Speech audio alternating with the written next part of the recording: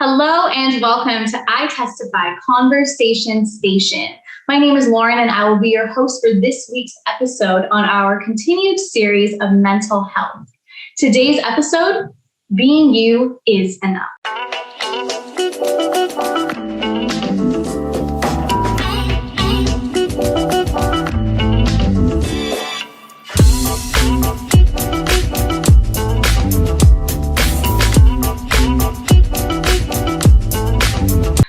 The quote of the day comes from the book of Ephesians, chapter 2, verse 10. For we are God's masterpiece. He has created us anew in Jesus so we can do the good things he planned for us to do. I would like to welcome and thank Dennalia Fray for joining us on today's episode. Dennalia, how about you introduce yourself? Hello, everyone. My name is Dennalia Fray. I am 19 years old and I am a first-year student at Birmingham University studying secondary education with a major in social studies and a minor in math. Aside from that, I think the only thing that makes me anybody is the simple fact that I know the Lord. Wow, amen. I love that last bit. That's so important. It really ties into even just today's conversation. And let's just, jump right in. My first kind of question for you is there a difference between a worldly view of self-love and a godly view of self-love? Yes, 100% yes. I think the way that the world portrays self-love is that there are things that we can do on our own, solely by ourselves to make ourselves feel better. And we're trying to get strength from resources versus going to the source. So I think that's the main difference between worldly self-love and godly self-love. When you're talking about godly self-love, Christian self-love, it is you figuring out who you are in Christ. And in the process of figuring that out, you are drawing from your main source, being God. It's not just about taking a walk. It's not just about taking a bath. It's not just about a face mask. It's about the intentionality behind it. And I think that's where the difference really lies, is the intentionality and the reason as to why you do it. Right. And that's interesting that you note that, because I think a lot of times when we think of self-love, like there's so many books about how to be the best version of you, how to conquer the world yourself. And it might be that the world is almost trying to say that it's all about you have the power within you to do it on your own. But we might be missing that kind of component of, wait, we're God's children. God can do things through us if we put our faith in him. Yeah. So why is self-love so important, though? We discussed kind of the difference between the world's view on it and God's view on it, but why is it so important for us as human beings? I would say, especially as Christians, especially as children of God, understanding who we are and who Jesus died for is a big deal. Because if we don't have an understanding of why he actually laid down his life, why did he make such a sacrifice for us, then it's like we're living in this weird void. We're kind of just moving throughout life. So understanding who you are and loving ourselves, hopefully in the same way that God loves us despite who we are, that is important. It's very easy for us to look at ourselves and not like ourselves. And it's okay if we don't always like ourselves, but we should always have some form of love for ourselves. When we look in the mirror, do we feel happy? Do we feel joy? Do we feel content? And I think that's one of the major things, understanding who we are. Who did Jesus lay down his life for? And that will inevitably form our identity and give us a foundation. Wow. So we're kind of having a focus on knowing who you are. The first step to that approach of self-love is really just recognizing that you're a child of God. Yeah. And how beautiful is that? I mean, how can you not have self-worth when you know that God, the creator of the universe, right? He puts so much love and value because you're his child. Yeah, that's amazing. So I would actually like to open the platform to just hear a little bit about your journey on your own steps to self-love. It's been a long one. It's still a journey. I haven't reached anywhere yet. I don't even think I'm half of the way there. Mm-hmm. It was definitely a long, difficult journey of people telling me who I was supposed to be. And then also people telling me who I would not be. Friends, peers, teachers, everyone around me just saying, you will not surmount anything. You will not amount to anything. You are not deserving of anything. You will not be. It's just so much negativity. And yes, I had the love of my parents and my family telling me I was beautiful, telling me who I was. But think about the amount of time that I spent at home versus how much time I spent in school. So hearing those messages constantly, feeling their hate, metaphorically and literally, definitely pushed a message and drove a message that stayed with me. It wasn't just you disappointed us at school type of message. It was you are a disappointment. And I think that's one of the things is I started to identify myself by my mistakes, even though I wasn't making any mistakes. Yes, you make a mistake in class, you don't get the right answer. But in terms of my life, I wasn't doing anything wrong. People just didn't like me for the outside reasons, which is a whole other conversation. But that is what I've dealt with for a very long time. And it has followed me for the last 10 years. It has been a long time. It has followed me for the last 10 years. It has affected the way that I view myself. I view my friends. I view relationships. I view my schoolwork. It has literally affected every aspect of my life. Even to this day, when people ask me to speak, when people ask me to sing, when people ask me to do anything, the first thing I do, yes, I'm willing. I'm always willing to do anything that allows me to share my story. But first I ask myself, am I even worthy of this opportunity because of how many times people told me I wasn't? So this journey has really been letting go of everything that everybody else had said about me and holding on to what God said about me. I did a fast last year that changed my life. It was an intentional time where I said, you know what, God, it's you and me.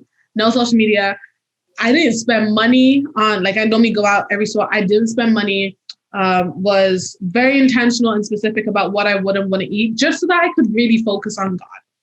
And during that time, I just learned about him, which allowed me to learn about me. Am I there at a point where I'm like, yes, I'm good? No, but I'm better. And I think that's another key thing about self-love. It's not about getting to the destination. It's about moving. Some movements of moving forward, even if it's a half step, a full step, whatever it is, just moving forward.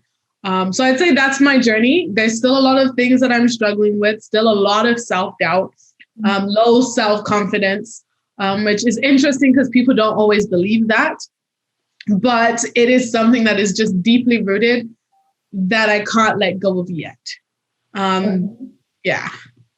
Yeah, no, thank you for sharing. It's interesting because I just have a question. You're so vocal on your social media. Like, you have a great presence, and you just seem, like you said, the most confident girl in the world. I love it. I love your content. So kind of walk me through, you're saying you're still going through this journey. And I think everyone is still going through that journey. I don't know if you ever get to that full place where it's you're fully there, do you know? So just walk me through the journey of what kind of inspired you to start this page on social media that you do? Pain. The easiest way I can say it is pain. My experience of bullying, my experience of everything that I went through gave me my two mission statements of life. One is I want to be the person that I wish I had. And two, I don't want anyone else to feel the way that I did. It is not that I needed or I didn't have someone to say, hey, are you okay? What's going on? You can talk to me. I had that, but it was more of will that person be there when I'm actually ready to talk? That is what it was. So everything I do on my social media, everything I do, any speaking engagements, singing engagements that I accept, I go in with that foundational belief foundation in just saying I have a mission and I need to do that in every interaction that I have. It's not me saying I am here for you. It is me putting out resources and putting out content that is there for you when you are ready.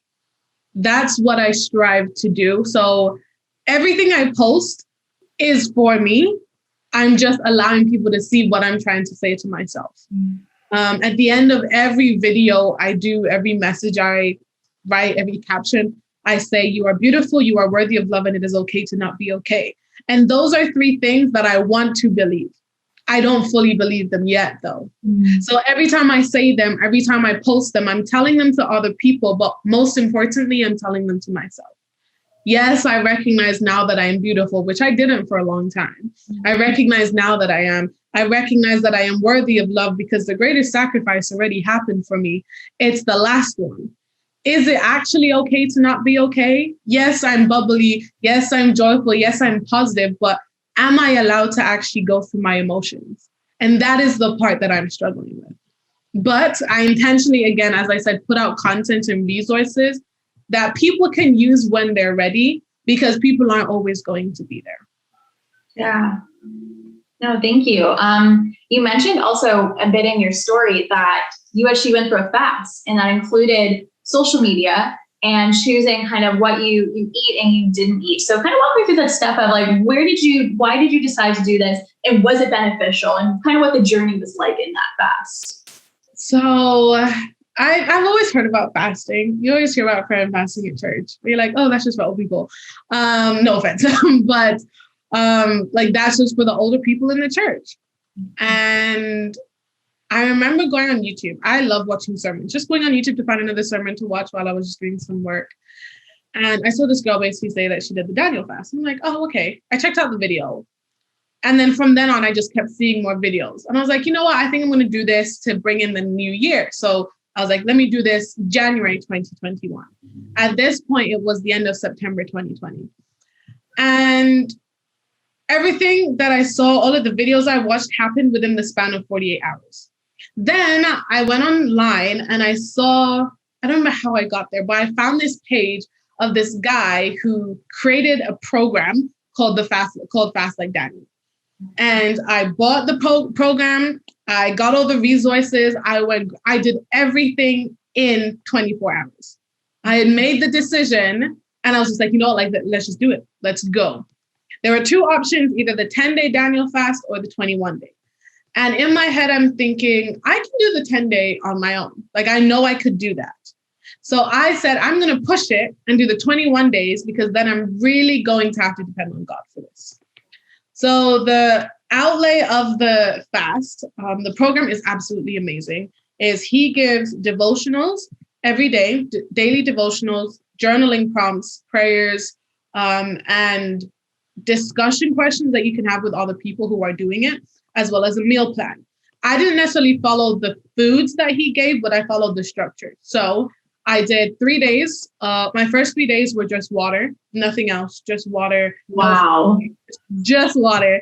I thought it was going to be hard. I think the day that was hard was the second day. I remember walking down the stairs and my legs felt like jelly. So how much water were you drinking? I was drinking a lot of water. Like, a lot of water. Every time I was hungry, water. Wow. A lot of water. A lot. I have a really big, I think like 2-3 liter bottle. I probably had about 4 of those. Oh my goodness. Wow. It was a lot of water. So by the 3rd day, I was good though. So the first 3 days were just water. 7 days after that, for the 7 days that followed, I was just on raw foods. So fruits, vegetables, and nuts. And then the remainder of the days, I was on a vegan diet, strictly vegan. And funny enough, I haven't turned back since. Wow. Not because I was like, you know what, I want to change my diet, but more so because I realized how it changed me. And I appreciated the change. So during this time, the prayers, the devotionals were very intentional in making sure that I was making myself available to God, which was scary. That's the other thing. It's not a fun journey. It is very scary to say, you know what, God, I'm going to let you have control over my life. No, it's not for the weak of heart at all. Just going through days where I would pray for something and it would happen in terms of, there was one prayer I prayed that I remember. And I said, God, I want you to show me my faults. Because I'm a person, I will admit it, I'm a person that always thinks like everyone is against me or I'm always a victim when that's not the case. So I literally said to God, I want you to show me my faults. Show me what I've done wrong. And that led to a 4-5 hour conversation with one of my closest friends. And everything was just out on the table. We didn't realize we had hurt each other in the way that we had. We didn't realize that we were still holding on to things. And we had a similar conversation a couple weeks before. But I remember leaving feeling so upset at myself, so angry. But this conversation, I felt light. I felt like a weight had literally been lifted off my shoulders and my eyes were opened. No, Dennalia, you are not always right. No, you are not always the victim. Oftentimes you are the one that has done the hurt. You just don't realize. So moments like those happen daily where I said, God, I need you to show me something. At the end, he just opened doors for me that I didn't even know existed. Going into it, I had 3 goals: to work on my relationships, that's any type of relationships with people, to have more speaking opportunities and more opportunities to minister. And this year alone, it's April, and I don't speak often. I'll speak to people here and there, speak for events here and there, but I have preached about 10 times this year already, and I already have bookings coming up. And to me, I'm like, there's nobody else but God who could have done that for me. So that allowed me to see my circumstances different as well. My bullying story is one that I've spoken about many, many times. And I got a new perspective on it during that time, where it's, yes, you went through your bullying. Then I came here, went to high school, joined rugby, broke my ankle in rugby, couldn't play again. And I was so upset. I was like, God, you were setting things up. Everything was just great. And then it just got taken away from me. And I realized that everything I had been through, my bullying story, me finding a community in rugby, finding family, finding friends in rugby, finding something that I loved, was God literally saying to me, Dennalia, it is okay for you to trust people again. The path that I thought God was leading me on wasn't what he was leading me on. He was just preparing me for what he actually had for me. So I spoke a lot, but I said all of that basically just to say that he was preparing me over these past few years, ever since I was born, for the moments and the doors that I'm about to walk into. And I really needed that. It showed me that God will never allow my assignment to outrun my maturity. Yeah. Wow. And I almost feel like almost everything that you kind of went through, we talk about not being enough. A lot of us have those insecurities. They might have been things that you felt maybe insecure about, but they were the things that you had to do. And now look at you, you're doing things. And even though you're saying, I'm not there yet, I'm still not there, but you're able to do those things that might have scared you before. Yeah. That's incredible. I really love that journey. So kind of the last thing I want to just kind of ask you about is this idea of comparing ourselves to others, whether this is just comparing yourself, in the physical aspect, but also just in the mental aspect of this person has a job and they have more money than you. And even with the social media aspect of that, we go on social media, we see a picture of what people want to present to us. And oftentimes it's the perfect side of their life or that 1-second snapshot. So talk to me about what it's like figuring out your own self-love while growing up in a world where comparison is just so prevalent. Comparison is something I struggle with on a daily basis. Mm-hmm. And it's funny because whenever I start to compare myself to somebody, it's the weirdest thing. And I think it's so creepy. But whenever I start to compare myself to someone messages me saying that they've been comparing themselves to me. And I'm like, why is this happening? Mm-hmm. And I had a conversation with a friend who I look up to so much. And she said to me that for the last 7 years, she's just been comparing herself to me. And I'm thinking, I'm trying to be like you. You're trying to be like me. Mm. And I realized that oftentimes we want people's destination, but we don't want their baggage. I have to think to myself, the point of life that I'm in right now, if I were to put everything I had been to into some luggage bags, would I want to give that load to anybody? And the answer is no. So why would I want to take anyone else's load? Comparison is this thing that literally destroys the way we see each other and the world. Right now, I'm going through a phase where I'm comparing myself to other content creators. Am I posting enough? Do I have enough followers to even call myself a content creator? Am I interacting enough? There is so much, but realizing that I am comparing myself to people that maybe shouldn't be the standard. And sometimes we mask it with, oh, I'm aspiring to be like them, when you're degrading yourself on the side.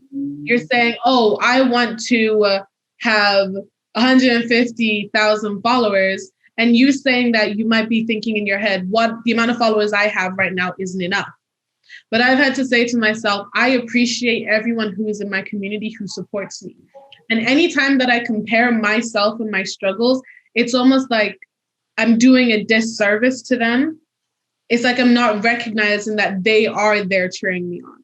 It's like I'm saying, I don't really see you, I just see something else. So comparison stops us from living for today. It sounds really cheesy, but it stops us from really living out in our full selves. It's not a cute thing. Sometimes there was one day that I did an activity where anytime that I compared myself to someone, to something, anything, I wrote it down. And at the end of the day, I read them off and I was in tears because I was like, I didn't even realize I thought so negatively of myself. And that's the hard part, when you don't even realize the things that you're saying to yourself. Yes, other people have spoken down on you, but how much are you contributing to speak negatively of yourself? That's one of the things that really, really opened my eyes to see, I need to stop doing this. Am I doing it less? Yes. Have I completely stopped? No. But it's a journey of just saying, you know what? I'm good. And I'm going to get to a certain point, and that's where I'm going to be. Maybe I'm not supposed to have the most followers. Maybe I'm not supposed to be friends with everybody. Maybe I'm not supposed to have the car. Like wherever I get to, it's just about being content and happy with where I am. Mm-hmm. And I think honestly, like that, even that last sentence really speaks to just the world as a whole, like being content with where you are. We live, I think, in a time that we're told to constantly go, go, go, go, go, go. You need to be here. Oh, you already got there. Well, now you need to be over there. Like there's just this constant idea of not just enjoying the present moment and enjoying what God has really given you, and looking at your past and saying, look at what I've gone through. Look at what the circumstances God has put me through so that I'm in this moment. I wouldn't have been in this moment today if God hadn't directed me in this moment. So I really appreciate that last thing. And I think the homework for all the listeners and myself is to do what Dennalia did. Get your notepad, get your phone, and take note of what you're saying, what you're comparing yourself to others. Write that down. I really like that idea. And then read it over through the day. I feel like I already know that I'm going to be like, oh no, what am I writing? What am I writing down on my phone? It's so true. Where we just have this, I just think we have a negative outlook on ourselves sometimes. And I think just to kind of close, I want to note that negative self-image that we have of ourselves, and Dennalia, I'm sure you can attest and speak to this, is that it doesn't come from God. It comes from the enemy, Satan. There's no other. Anytime you're having that feeling in you of I'm not enough, I'm not worth it, no one likes me, no one loves me, I'm unworthy, these thoughts are not because those things are true. Those things aren't true. Those things are because Satan is trying to attack you.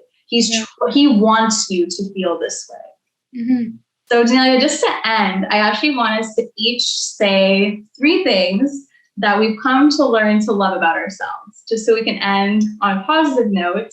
And I challenge everyone else listening to also do this. Just write down 3 things that you love about yourself, that whether you've always or you've learned to love about yourself, or you're learning to love this about yourself. So Dennalia, if you want to start. If I may, just before that, just in reference to what you just said, I'm reminded of the story of the woman with the issue of blood. And when she pressed her way through the crowd to touch Jesus, just imagining the scene of people who saw this woman as unclean, and if they were touched by her, maybe it would have been passed on to them. And Jesus literally just basically saying, this is my child. Don't speak negatively about my child. And I realized I have to say that to myself. I have to look in the mirror and say, don't speak negatively about God's child, because I am God's child. Maybe we aren't supposed to be enough because God is the one that's going to complete us. but being satisfied in who we are and intentionally growing to be better and closer connected with him. I just wanted to say that. Yeah, no, of course. Thank you. 3 things I would say, these are really weird, but my eyes, my smile, and my legs. Really random things, but these are things that I've never liked about myself. I always thought my eyes were too dark. I always thought my teeth were too short. And I just didn't like my legs. I just always wanted to cover them up. So those are 3 things that when I look at myself, I am more happy about now. Great. Yeah. I know this is like a hard challenge. So I'm like, okay, what do I love about myself? No. I think that one thing that I've really learned to love about myself is, or that I'm learning, is to learn to love that I do have a voice and I deserve to be able to give my opinion in situations, that I shouldn't have to just sit and just listen. I should be allowed and be okay with doing that, because sometimes I feel like, oh, okay, I'm talking too much, or I shouldn't say this, or everyone's probably thinking that didn't make any sense, that wasn't relevant. So I've definitely learned to love that part of me, because it is a part of my personality to want to always talk. I have also learning to love my legs as well. I am not a fan. They're just short, and they're definitely not like those ideal Instagram legs. So, and another thing I've learned to love about is my hair. I used to have a really big hate-love relationship with my hair because it wasn't curly and it wasn't straight and it wasn't frizzy. Like it was just like that awkward middle mesh. Yeah. So I have come to really appreciate and love my hair and learn how to style it differently, use the good products for it. So yeah, that's what I have come to love about myself. Dennalia, I want to thank you again so much for joining us. This was a great conversation. We got to learn so much more about you, and just learning about how we are enough, and that God wants us to know that we're enough, and that we always have to remember that anything we went through is really there for a purpose, and it could really just guide us into becoming new people, new, healthy, happy individuals. So thank you so much for joining us. Of course. Thank you so much. And thank you everyone for tuning in and listening. We'll have our episode next week all ready for you, so don't forget to tune in. Don't forget also to like, comment, and subscribe. Bye.